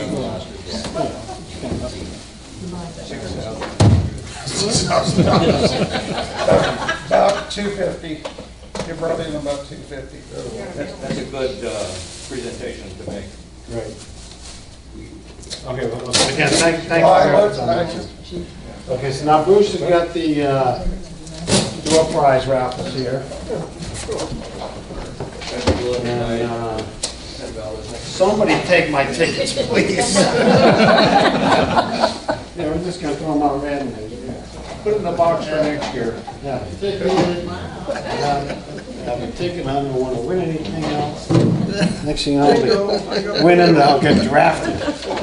Yeah, I have a ticket. Your wife. Thank you. Ticket. Oh, good. Good job there. Well, before we start drawing here, I'm going to have a presentation to give to the Master Chief, who has dignified us with his presence and gave, I thought, a very stirring talk. Also, when I first set up this reunion some months ago, they have what's called a Medal of Honor room. If you'll notice, I just stopped the main door here to get your first left. If you haven't been in there, I'd suggest you go in there. It's a very fascinating experience to read some of those citations for those awards for the Medal of Honor. But the thing that I noticed when I was here, I told Sarah, the sales manager, and I've been working with her over the years. Boy, she's been a spark plug to keep me going. But I told her, I said, you know, I've looked at all these citations, and I don't see one for a fellow known as Douglas Monroe. He's a Coast Guardsman, and he's our only Medal of Honor winner. She said, I had no knowledge of such a thing. But in a very short period of time, his citation is up there. If you go into the door, look to your left in the corner, that's where he's located. So, just wanted to point that out. Kind of ties in with what you talked about. I was just really impressed with it. But anyway, we just want to give you a couple of items here, Master Chief. One is the bill for the dinner. This is the last one we have. That contains our organization logo. Thank you very much. To give you another one here, this is a special agent. All right. I don't either side. I'll put the box so you put it back in there to travel with. Thank you. And I can scare people with it. yeah. And this is our pin. Thank you very much. And this is our challenge coin. And what I put in there, the history of the challenge coin, made it very familiar because I plagiarized it. Yeah, very good. Thank you. Thank you very much. You're welcome.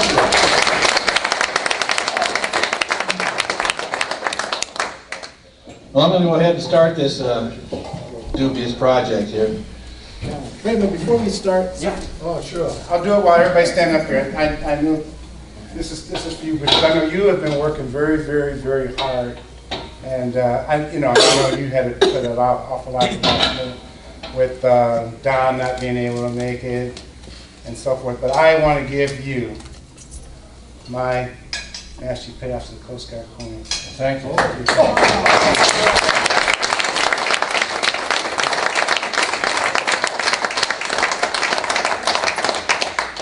Kiss. Well, that's the Christian thing to do. Well, like I say, we've come to this point here where probably the most unimportant part of the program tonight, in fact. But let's hope we can enjoy it. Our door prizes vary from little to no significant value, and some are well worth having, surprisingly. The beauty at this point is you all have an equal chance. So, let's go. The first item I have here, let's see if I can.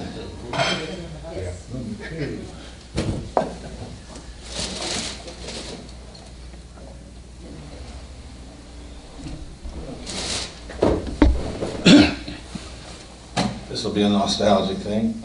First we have here, like I say, a little nostalgic item from many of our respective childhoods, and as soon as I mention its name, no one has to be told what it is and what it does. It was known as, it's a slinky. It's kind of the infamous item. It's a very slack but long spring, and whether you're just sloshing it from hand to hand or letting it go follow itself down the stairs, no childhood really, or dare I say adulthood, is complete without it.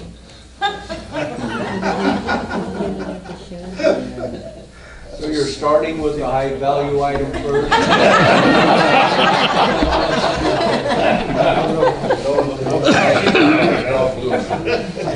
We'll let this guy do the drawing. Mr. Lucky. He'll probably be his own ticket too. 886546. What was Yep, that's one of his. 654. That was one of his. That's the one he gave you. That's the one you gave me. Why not, please? Why am I not playing? Was it your ticket? Yeah. No, I just gave her. This is uncanny. Yeah, come get your file. Oh, yeah, there we go.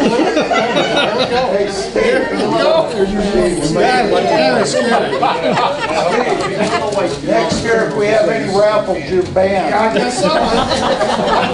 Competition. Didn't he get the first? Yeah. Really speaking, investigation. Yeah, make a laugh. Yeah, you should be Okay, our next item for drawing is it's called a retro mini fan. Actually, it's the only thing retro about it is that it's all metal. At any rate, it's as soon as you, whoever gets this, it's ready to cool you off right on top of your desktop. It's in this little box here. Go ahead and pull another one out, Steve. Okay, here we go. Do it again. 886497. 886497. Who else did you give tickets to? It took me a while to find it, but I got it. That's okay. There you go. Where's my prize?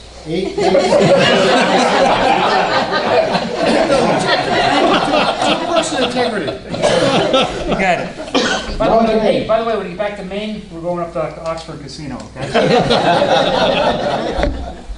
Okay, our next item here is what's called a lampless lava goob tube, or ooze tube, as it says on the box. It's about an 8-inch high plastic tube. It has two hollow containers, one on the top, one on the bottom, which has been placed into it has been placed a quantity of some kind of viscous goo, which oozes through a central hole between the two compartments in the tube. Too much information. At any rate, it's very reminiscent of the old lava lamp, which many of you, I'm sure, are familiar with. And they seem to be making a comeback in a lot of the stores. It's effective. In Arkansas. Yeah, that's for sure. I've got one. At any rate, it can be mesmerizing, disgusting, fascinating, or even soothing. Go ahead and draw. One of my first girlfriends. 8865 drum roll 3. 886543. That's one of your numbers.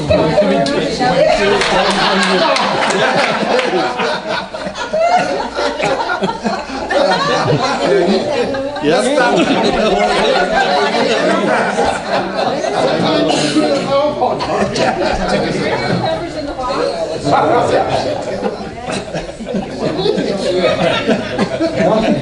I'll start this next one off with a question, and there's some historical aspect of this question. Only you older guys will know anything about this, probably. But the question is, what's black, blue, and red? What's black, blue, and red? Some would say Carmen Basilio after a second Gene Fulmer fight. But so are these little gems here. It's a little pack of pens, three color pens. Not much to win, is it? But I'm going to give something along. It's a little bit of a piece to resist violence. It's this curious mug.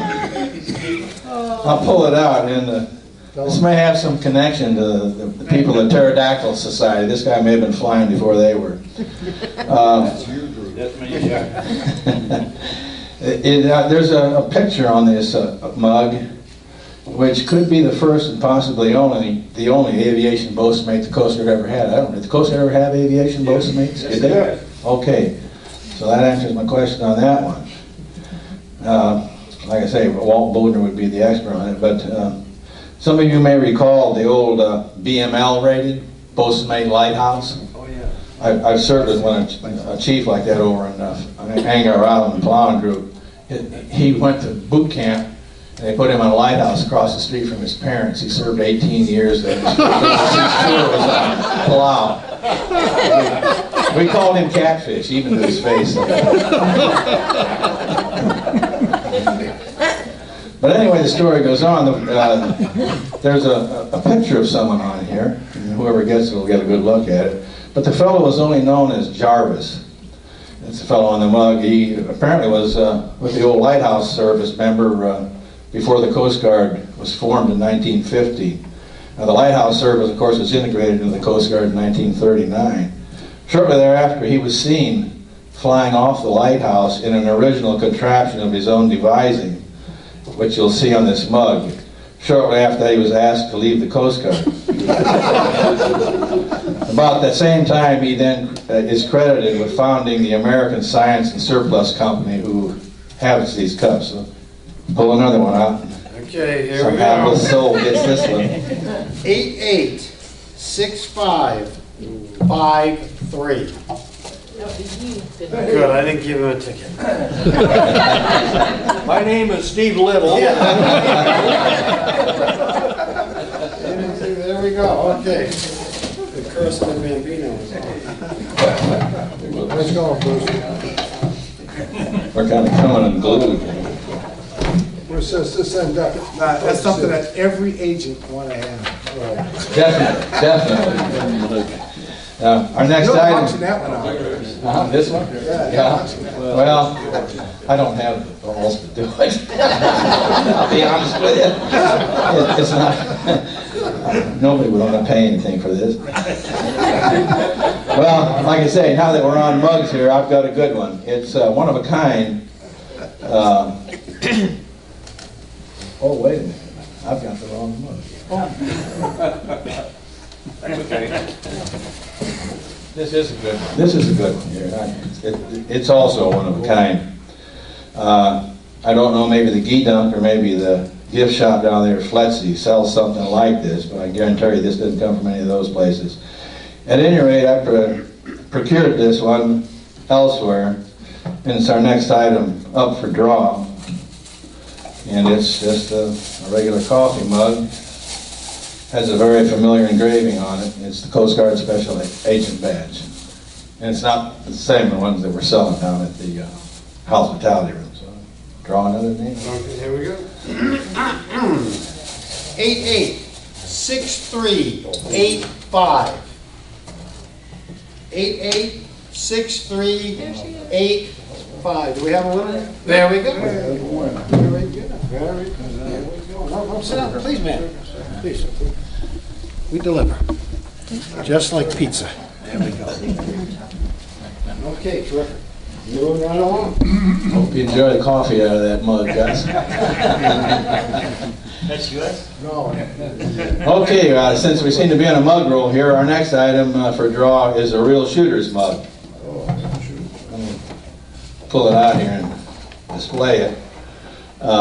In fact, if this item were real, you could literally shoot your mouth off while you're drinking your coffee.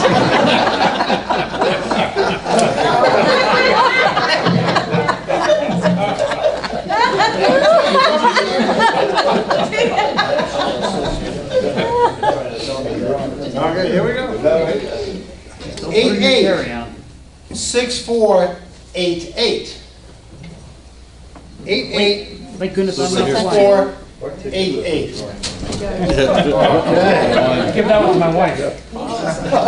Okay, we got it's handsomely semi-gift wrapped.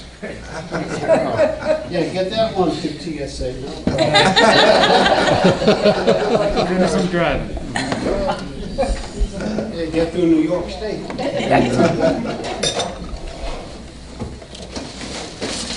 He doesn't want to ad-lib the rest of it. He's got to get his ducks in a row. I can tell my joke about the bank. Well, we got another gun-related item coming up here. You want to pull it out of the box and hold it up and show it? The item is really a shotgun shell. It's actually a digital coin bank. It actually recognizes and counts each and every coin as it's inserted, then automatically tabulates your total savings. What gauge is it? Pardon? What gauge is it? Well, it's an oversized 12 gauge for sure. Yeah. Boom.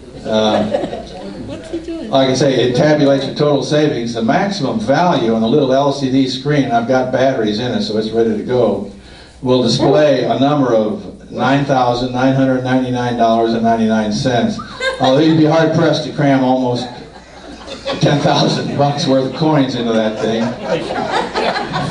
Real well thought out. We have a donation. Good. Careful, one more penny and it goes boom. It has an instruction sheet that comes with it, translated from Chinese. That's inside. Oh, by the way, like I said, it's already charged up. It means fresh batteries, American-made batteries, and it's good to go. No, not really, because I put the penny in and nothing came out. We'll let whoever wins it figure all that stuff out. 886446. It makes a little shotgun blast also when the coin goes through. Maybe you need a cord. 886446. Take it up. All right. Mary, there we go. Mary, quite contrary. Save that for our retirement. Okay, very good. It works really well, but you need Chinese money. Well, since we're talking about, quote, shots, unquote, from the shotgun shell bank, I've got another kind of shot here. I know there's a couple of us here who carry hip flasks. One of them is sitting over here, Colonel Farrick. And I have a Coast Guard issue hip flask. It has something in it which I use to make magic coffee.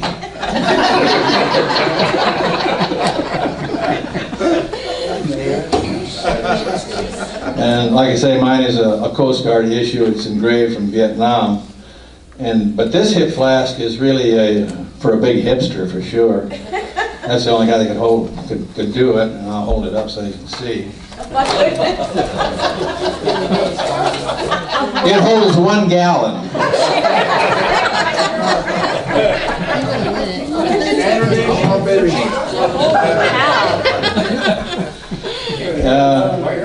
That, girls and boys and girls, is a lot of medicinal purpose there.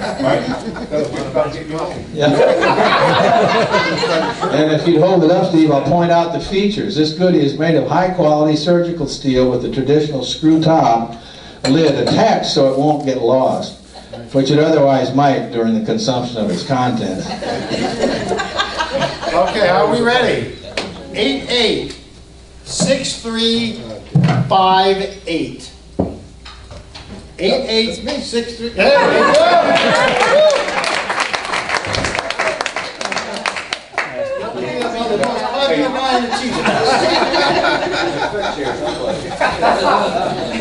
Coach Locker will look forward to you listening. Yeah. Tag in the tank. Hey, Steve. You know, Steve. Well, he was against the bomber. I mean, we should at least fill that up for him and get him back home. We'll probably have enough left over in the hospitality room to do just that. But I don't think they'll let him on the airplane with that much liquid in the container. Well, like I say, we'll get on to something a little more utilitarian now. When I said little, I meant it. Our next item up for draw is a teeny tiny table lamp. But whether a tiny table, you can put it either on teeny tiny tables or even a full-size desk, this little critter does throw a nice puddle of light for its size. And I've got one at home, and I keep it on the dresser so I can tell what color socks I'm pulling out of the drawer. It also has batteries. I don't think they're made in this country, but they're supposedly good. And it's good for about 15 hours of making a good reading lamp, or take it on your next camping trip, or whatever. Okay, 886485. 886485. Lonnie Johnson. All right. Lucky table. Now, I'll tell you what, I'm leaving shortly for another reunion, Coast Guard reunion in Pigeon Forge, Tennessee. I'm supposed to stop along the way and pick up a white elephant gift. You don't have to stop anymore.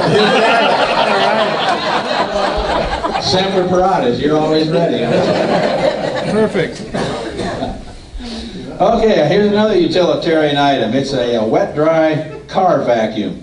And it's a high-power, labor-saving device. It plugs into your vehicle's cigarette lighter, and it sucks up direct, both wet or dry. And it's even good enough for a minivan friendly. It's that, a minivan is 9 feet long, you can clean a minivan. And it has 2 attachments for the floors and one for getting stuff out of the seat seams. And it includes a cleanable filter, and with all these features, how could you go wrong on this one? Don Pardo just might as well retire right now. 886413. 886413. Finally. He'll have the cleanest car on the block. There we go. Thank you. Mine's the white van, Don. Suck the wax off his ears. And now I've got something direct from Dick's Old Time 5 and 10 cent store down in Old Town Branson. It's an unusual Coast Guard related item. Actually, it's a U.S. CG parking only sign. It's handy when a coastie's shopping at these Air Force and commissaries. Just pull into the base commander's slot. Magnet, yep. I can see it. You could duct tape some magnets onto the back. Or you could pull into the senior NCO spot, although seriously I don't recommend it. But it's better to stick it with within the curtilage or diggings of your own home. In other words, home sweet home. So that's okay. 886399.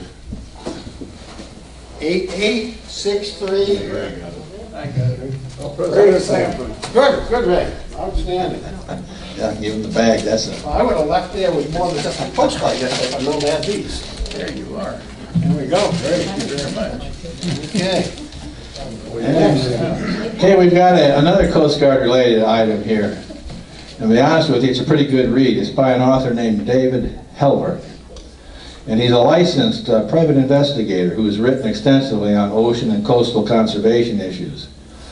He's an award-winning journalist for several national publications. He's produced over 40 documentaries for PBS.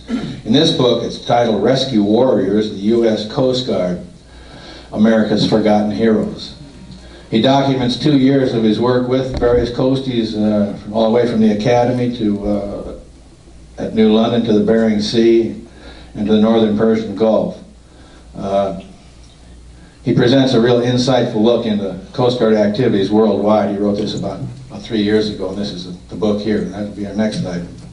886489. I got that again, but I've already got the book, so I want to pull another. Okay. Very generous of you. Thank you. Do you like the book? Very good book. Yes, yeah, it is. It is. 886432. There we go. Outstanding. It's a hot table. Great. It's what you need, Joe. That's what. Merry Christmas, honey.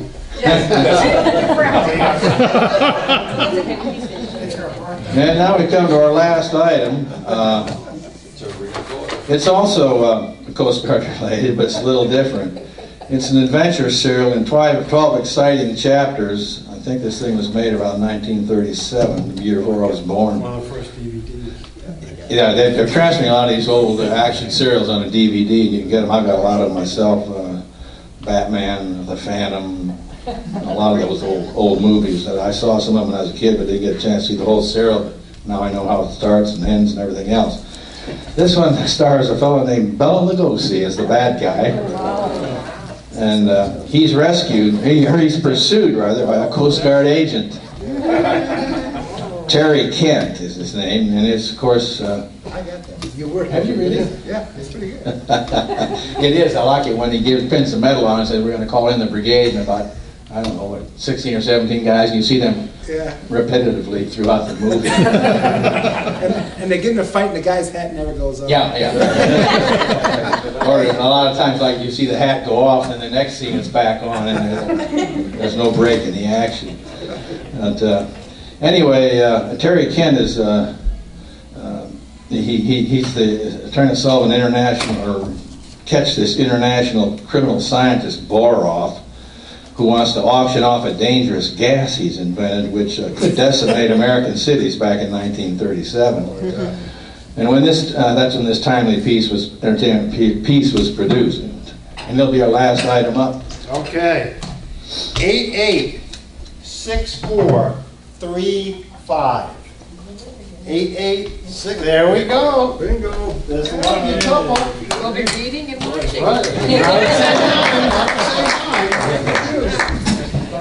Okay, well, Bruce, True stories. thank you very much for your efforts putting that together. That was great. That was great.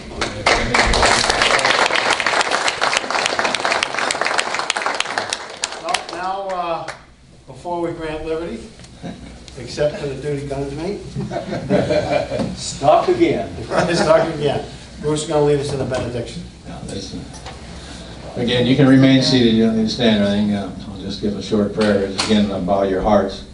Heavenly Father, we again give you praise and glory and thanks for the opportunity you've afforded us to come together in fraternal friendship, to renew warm bonds, formed and forged really in service to our nation, its people, and its leaders. As we depart this assembly, we ask for your blessing on each and every one of us as we go our separate ways and travel to our homes and resume our day-to-day lives. And Lord, charge us all, each and every one, with a vitality and an eagerness to address and deal with our tasks and missions with fidelity and honor to those both senior and junior to us, that we would be a credit to our nation and be pleasing in your eye and blessing. This we pray, Father, in the name of your only begotten Son, Jesus Christ. Amen. Amen. Can I have a short business thing? I'd like to, if it involves a motion, the answer is no. I'd like to move that we have that 10-inch badge next year too. Yeah. I'll get two on. No, I mean, no, have it done the same way. Have a. I said I'll get one. You'll get one thing. Okay. Thank you. Okay, that's a good idea. That's a good idea. And eventually you'll win. $4,780. I got my $90 badge for free. Right. Okay, well, before we do dismiss the troops, I'd like to thank you all for coming.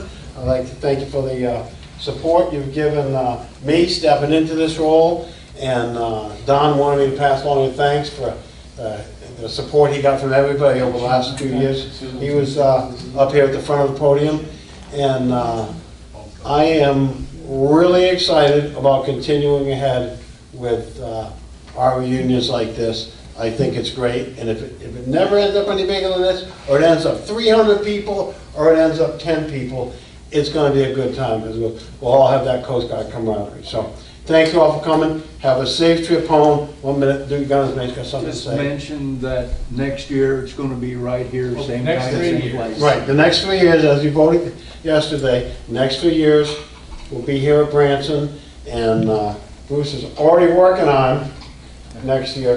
But you know, the thing about this is, you can't run out of entertainment to go to. We only had so much entertainment in Portland. Watching the tides going out, this wasn't that interesting. I already have the 3 contracts. 3 contracts? Yeah, for the reunion. Oh, okay, gotcha. Good. I thought you were about to get something. Yes, right. I'm a minute. I like it because I can remember how to get here 3 minutes. Yeah, I'm not sure those bread counts are still going to be 190. One more. I got one more announcement. We're videotaping this reunion from start to finish because it's our 10th anniversary. And what the video production company wants to do is interview each and every one of us for at least 1 minute. And we're running out of time, so we have a fellow here, Justin, who's going to do the interview in the Medal of Honor room. And I'm going to pick the next guy to go in and be interviewed. Walt, you haven't been interviewed yet. Okay. And we'll retire to the hospitality room. When Walt shows up, we'll pick another one. Hopefully we'll get through those in the next hour, possibly, at about a minute, 2 minutes a pop. Save me a seat. Okay. Thank you.